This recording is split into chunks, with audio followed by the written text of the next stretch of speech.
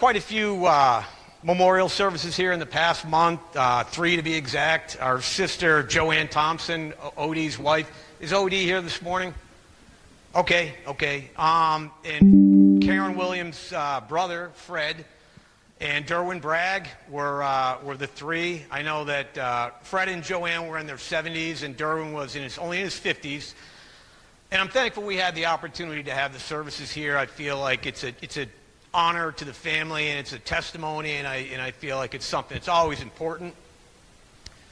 Death is never an easy thing to discuss, to ponder, to dwell on, but it's part of our existence. And the title of the message today is Borrowed Time. It comes from an expression where someone or people have survived a near-death experience, or maybe they're just very old and they've outlived most of their peers. A few examples would be somebody who has a serious ailment and survives that, or a major accident, or somebody who's fought in wartime combat. And tomorrow's Memorial Day, and we've already paid some tribute, but I'm going to show a video later on this morning toward the end of the service of those who've given their lives in the service in the U.S. Armed Forces. Now, I know that I've personally never been in any severe car accident, never had any life-threatening medical diagnosis, never fought in wartime during my time in the Navy either. But I know a few people who've gone through traumatic experiences and have faced down death and are oftentimes some of the most grateful and thankful people just to be alive, and that to me is something to be admired and to be respected. And there's some that are well known, and I'm going to share just a couple that have come to mind, actually came to mind last night as I was thinking it over. And there was a baseball player many years ago by the name of Lou Gehrig that played for the Yankees, very well known and great hitter and Hall of Famer and all that. And when he was 37, he was stricken down with a disease that they didn't even have a name for at the time. It was called ALS, and actually to this day it's still called Lou Gehrig's disease. Gave a very famous speech in Yankee Stadium one day in 1939. And you can hear it on audio. I mean, this is something that's recorded. I don't think there's video for it anymore. But after receiving that, he got up and he said, today I consider myself the luckiest man on the face of the earth. And you think, how in the world could somebody that's just been given this very serious diagnosis actually think that? I don't know. I feel like he passed away just a couple years later. There was another guy that by the name of Jim Valvano, and I'm sharing a couple things that are probably a little more well-known. He was a coach at North Carolina State for several years, and he was given a diagnosis of cancer at a young age of 45. And there's a pretty famous speech that he gave, and they actually ended up, after his passing, naming a foundation, the Jimmy V Foundation. But one of the statements that he made that I appreciate, he basically said, don't give up, don't ever give up. And he did pass. He did eventually pass. But during that time, while he was still living, he says, I'm going to try and do that with every second and every minute that I have left, and thank God for the day and the moments that I have. And to me, that's somebody that's really on borrowed time. And again, sometimes with these diagnoses, someone doesn't know whether they're going to live or not. I'd like to ask if you could turn with me to the book of Ecclesiastes, chapter 12, verse 1.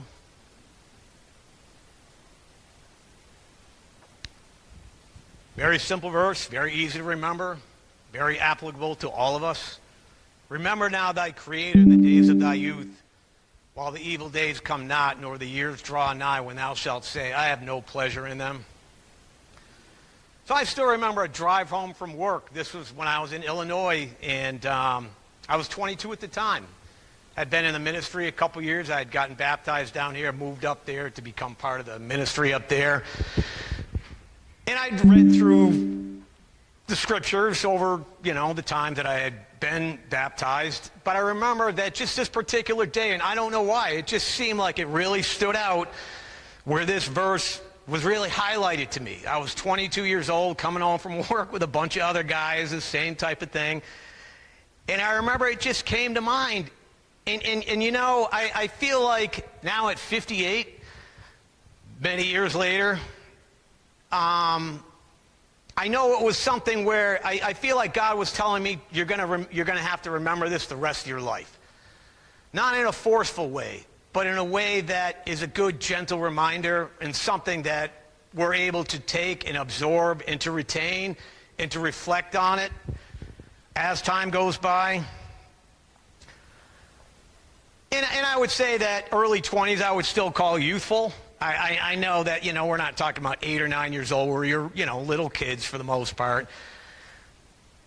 Now you might be asking yourself, what borrowed time and remembering the Creator in the days of thy youth has in common?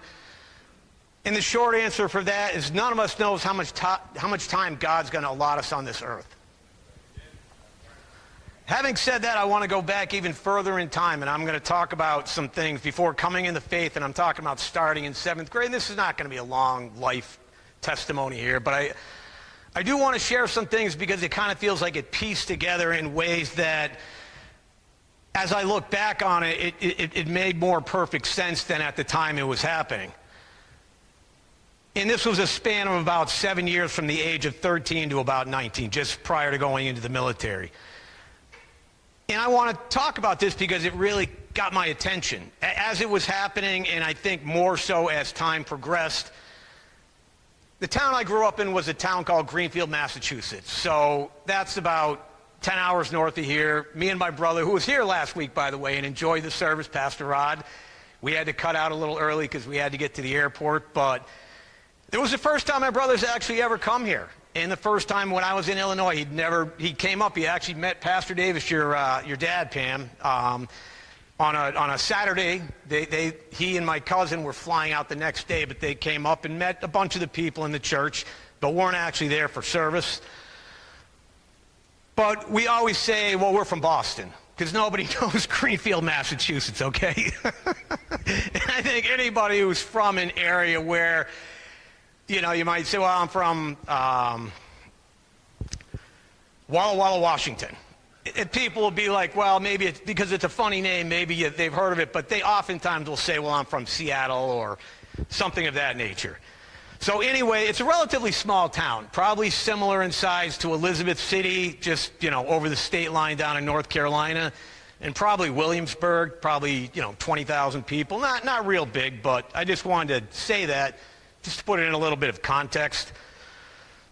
But over the course of those 7 years, 1981 to 1987, there were 7 kids in our town that died in different accidents, cars, trucks, motorcycles, scooters, and all of them were individual incidents with the exception of one, where there was 2 guys that were in actually one car accident.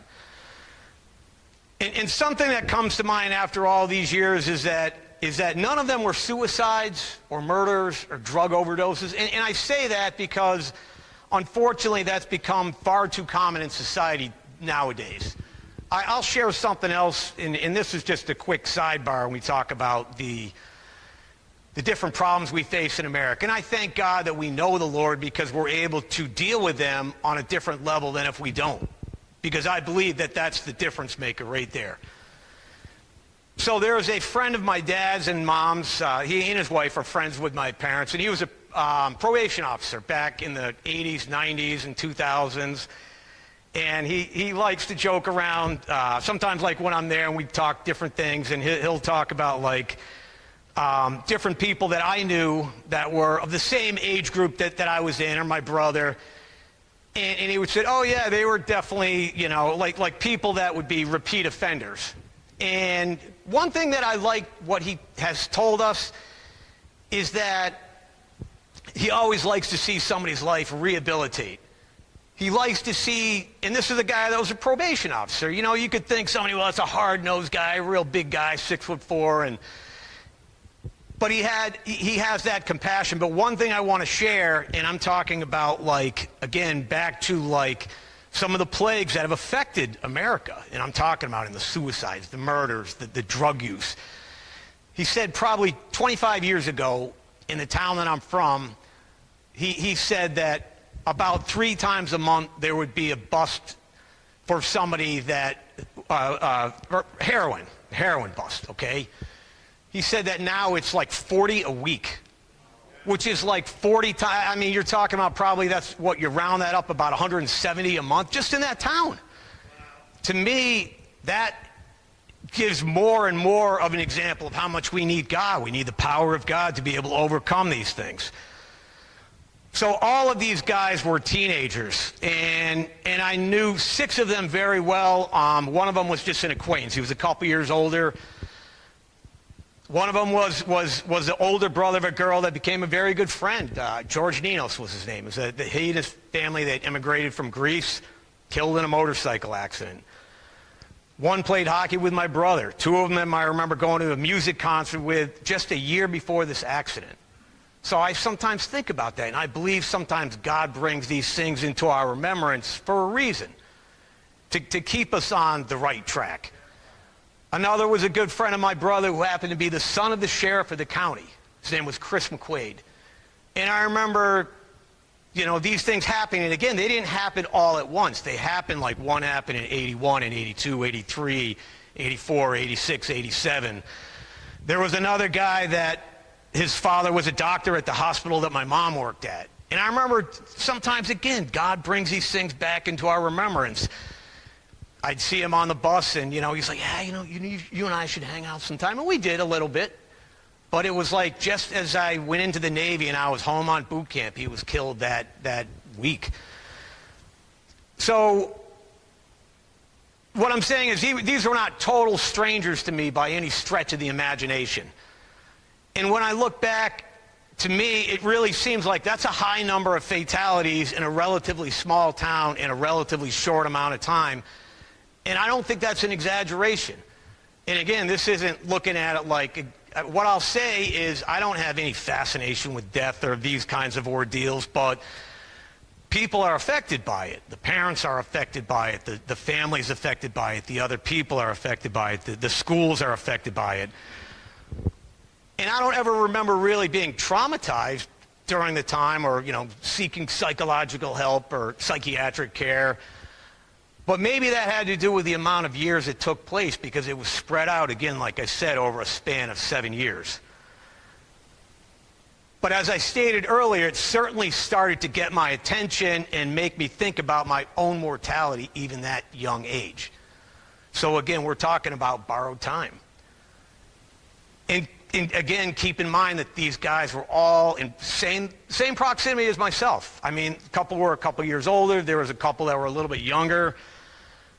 And this isn't intended as a scare tactic, but what's interesting is all of these accidents were not reckless. Only one where the 2 guys got killed was a drunk driving. So all the other ones, they weren't reckless like they were driving 150 miles an hour or high on cocaine or, something ridiculous, something that you'd say, well, they probably have a death wish.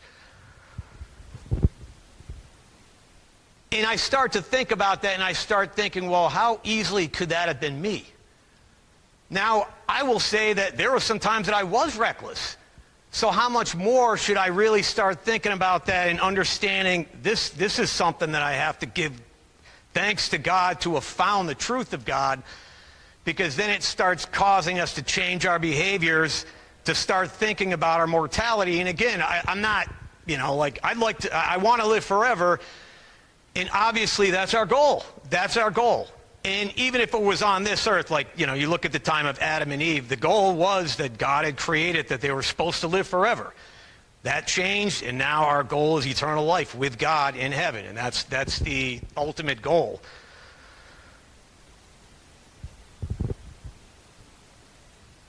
And I suppose all of us here know somebody personally that you've known at a young age that died unexpectedly, whether it was a car accident or whether it was a drug overdose or whatever happened to be the case.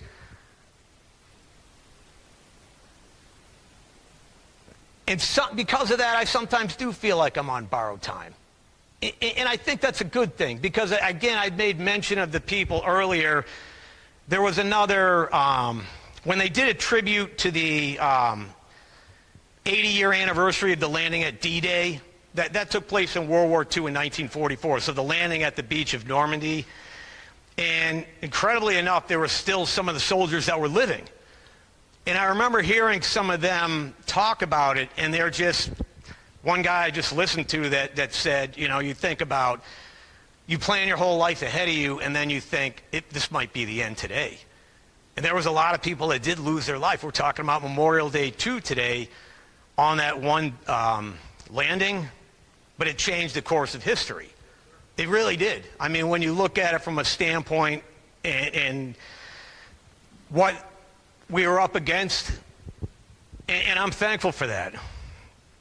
Now, if you don't feel like you're on borrowed time, and there's nothing wrong with that, because I don't think everybody will, and I think, especially when you're looking at really young children, I mean, 3-year-olds, 4-year-olds, 5-year-olds, that's not something that really, and I don't remember the first time I really thought, wow, there is a termination point. There is an end point to this life, and then you start searching for answers. And I think everybody does. The Bible says the grace of God that brings salvation has appeared to all men, all women. Everybody. And everybody gets a chance. That's the fairness of God. I mean, if anybody wants to think, well, it's not fair, life's not fair, okay, we get it. But if God's willing to show his truth of his plan of salvation to everybody, that's fair. That's as fair as it gets. And if we remember the Creator in the days of our youth, it's something that we can't put a price tag. It's that precious. Because if we do that, we're going to remember the Creator in our adulthood, in our middle age, in our old age. And I guarantee we won't regret it. I guarantee it. I look back on it and I think a lot of times, we used to do a song, I think, Pam, you probably remember, Without Jesus, Where Do You Think You'd Be?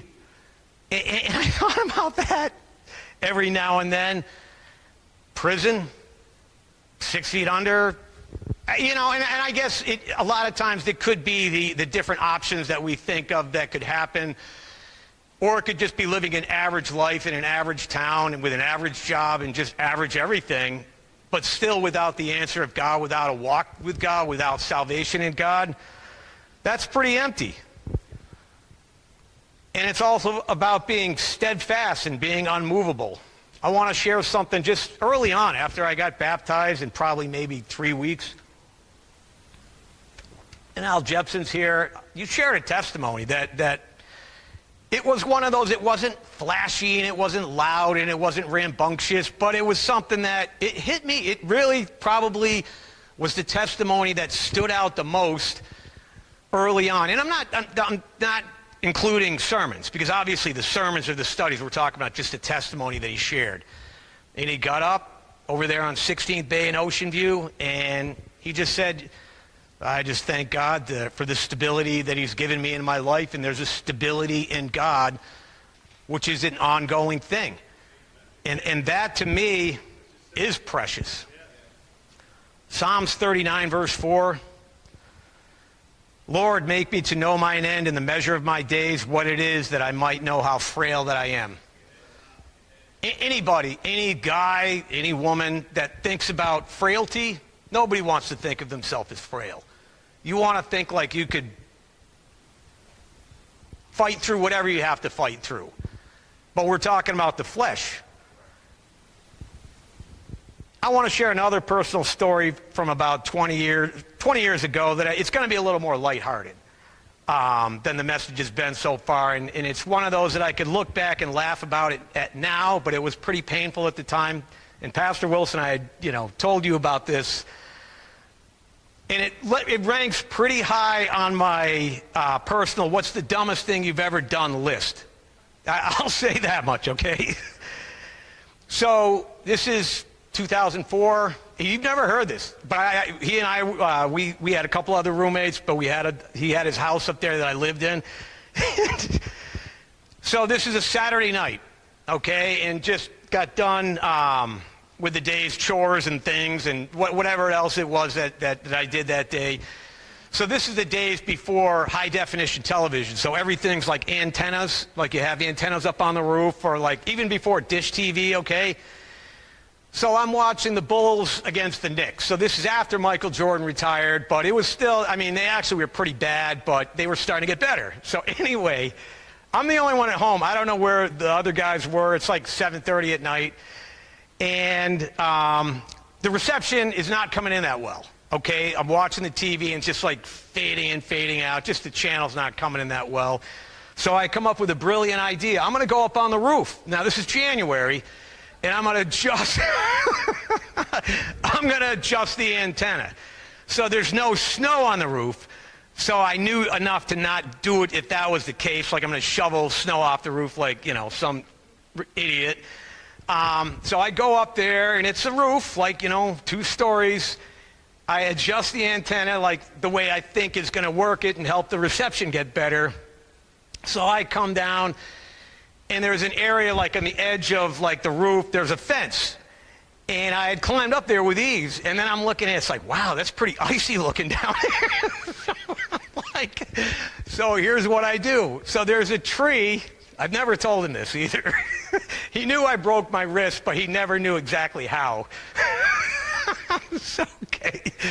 So in my brilliant thinking, I'm like, I'm going to jump over to that limb and then just drop gently down to the concrete, right?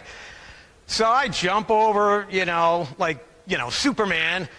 And of course there's ice on the branch limb. So I slip and I come landing down, and I'm like, I break my wrist. I land on my wrist, practically broke my back. Thank God I didn't. And then I end up going to the hospital. So I'm the only one at home at the time, and I'd never broken a bone. So this is just sort of the tail end of the story, and I'll get on a couple more comments.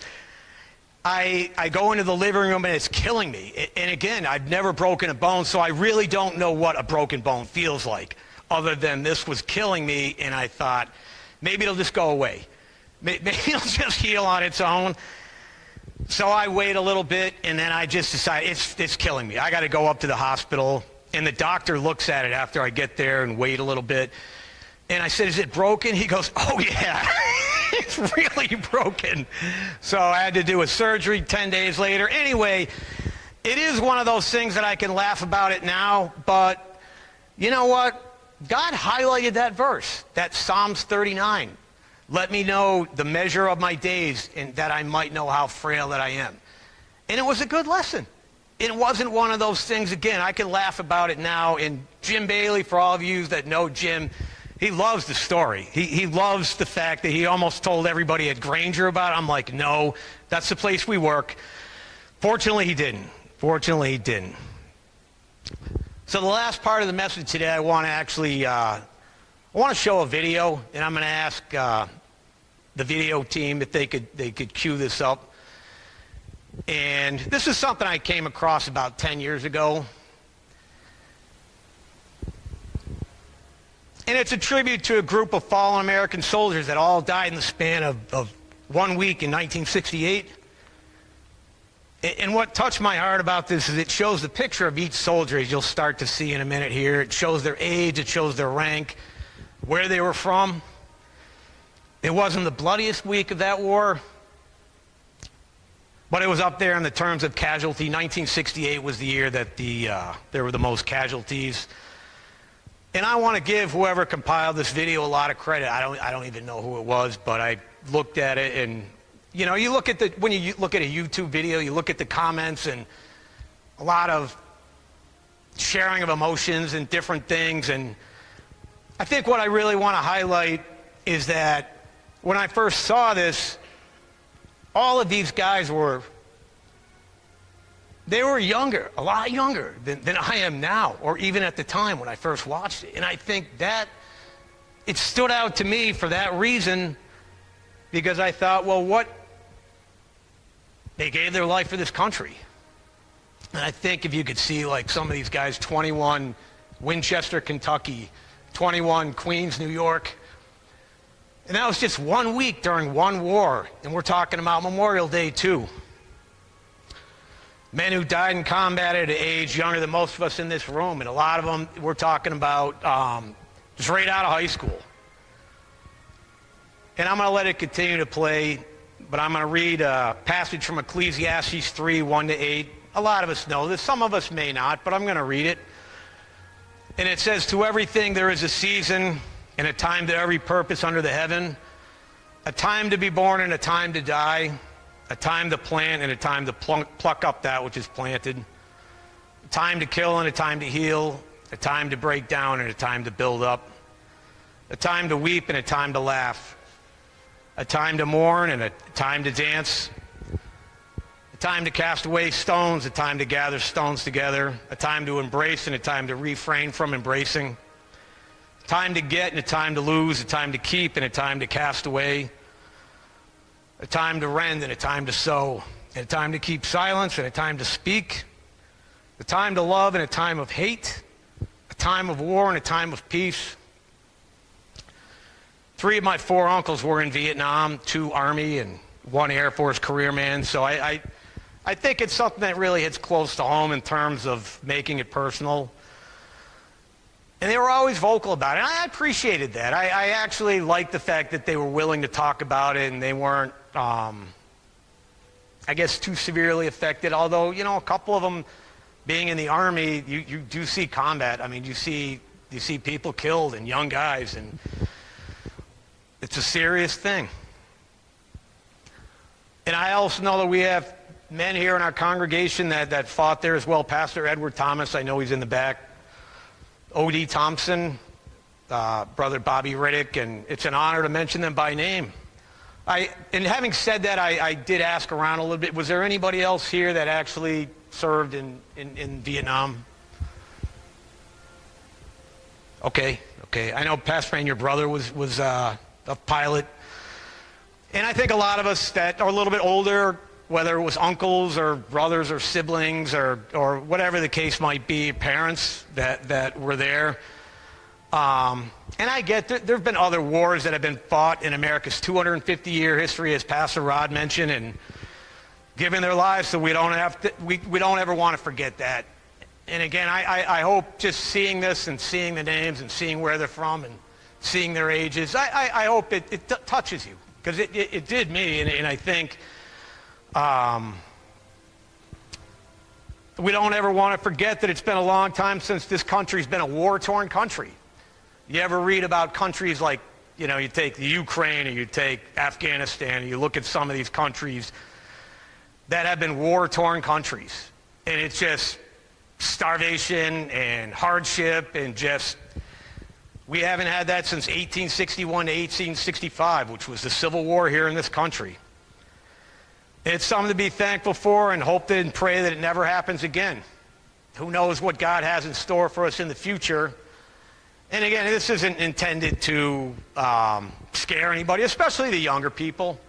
I think it's designed to relate and hopefully make us all understand that if we remember the Creator in the days of our youth, we're going to remember Him when we get older. James 4, verse 14. This is my last verse. Then I'm going to share a few closing comments. And if you keep the video playing as we end service. James 4, verse 14. Whereas ye know not what shall be on the morrow, for what is your life? It is even a vapor that appeareth for a little time and then vanisheth away. And I realize this isn't a heavy doctrinal message, but hopefully you receive it as well as a tribute for those that have given their lives for our country. I also know that the 7 guys from my hometown that I talked about, they weren't military. This was even before they were of age. This was even before they were old enough to vote. But the point of mentioning that they died very young, and as these men that also did. And again, it shows their age. And that, to me, I think does hit home. It really makes me think, again, you're talking about in 1 week during a war that lasted really about 10 years, 1964 to 75, 58,000 soldiers. There's a Vietnam War memorial in Washington, and there's also a Korean War. I looked that up, and I know there's a lot of tributes to our veterans, and thank God for that. And I don't want to take away from the wars that we fought in Iraq or the war that we fought in Afghanistan either. But I think what's left a lasting impression on me more than anything was that this was one of the reasons, having this happen when I was growing up, it caused me to seek God. It caused me to know God, and it caused me to continue to walk with God. And thank you all for your time.